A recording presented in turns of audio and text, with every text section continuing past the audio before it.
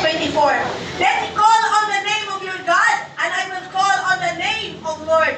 And God will answer by fire. He is God. And the Lord, ang Diyos na ginasimba mo subong sa Silingan Church, He is truly God. Hindi lahog-lahog na Diyos, hindi Diyos, hindi altar na kundi makita mo, hindi sa katedral kundi nga altar, kundi ang matutuot ng Diyos sa paghahambal ng Ginoo. Sabta ako, and then God will answer you.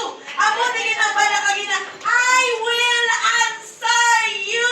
I will answer all your prayers because ikaw nagapalapit sa akon kang nag-worship. And then I remember again the Lord telling me, Ina, ang bala ang mga tao, ang ila kapag surrender sa akon. The sign of lifting our hands, hindi niya religious o kung ritual lang o kung ritual lang kinahanglan tagin, kinahanglan na magpataas ang atong kamot. Kung gina-honor mo ang Diyos, diba? It's the sign of surrendering. It's the sign of honoring.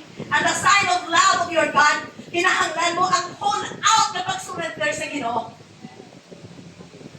Kung gina-surrender nato ng bukos nato ng tagipusoon. Kaya hambal niya, love your God with all of your heart, with all of your mind, and with all of your strength. Wala sa nagabalik kung maa ang Diyos. Kung maa ako sa tiyon, nakakalipay ka lang. Kung maa ako sa tiyon, nalabo ka sa kwarta. Kung maa ako kung nami ang business mo. Palang maa ako kung sa tiyon, naada ka sa taas.